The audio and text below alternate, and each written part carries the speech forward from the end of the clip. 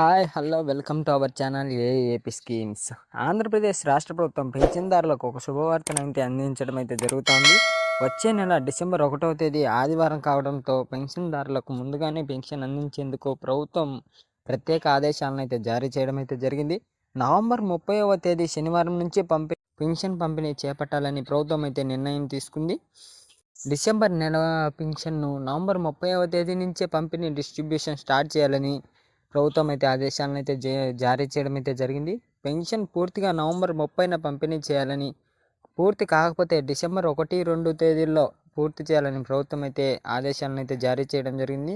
ఆంధ్రప్రదేశ్ ప్రభుత్వం 2024 అసెంబ్లీ ఎన్నికల సమయంలో ఇచ్చిన హామీ మేరకు 4000 పెన్షన్ అందించడం అయితే ప్రారంభించింది.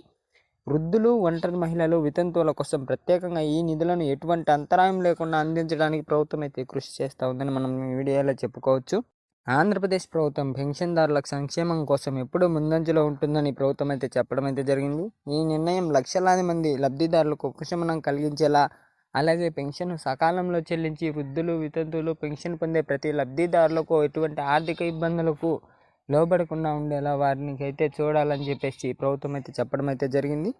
పెన్షన్ మరియు ఇతర ప్రభుత్వ పథకాలకు సంబంధించిన మరిన్ని అప్డేట్స్ కోసం మా ఛానల్ని ఇప్పుడే సబ్స్క్రైబ్ చేసుకోండి. మా వీడియో మీకు నచ్చినట్లయితే లైక్ చేసి, షేర్ చేసి, సబ్స్క్రైబ్ చేసి మీ ఫ్రెండ్స్ అండ్ ఫ్యామిలీ మెంబర్స్కి వీడియో షేర్ చేయండి.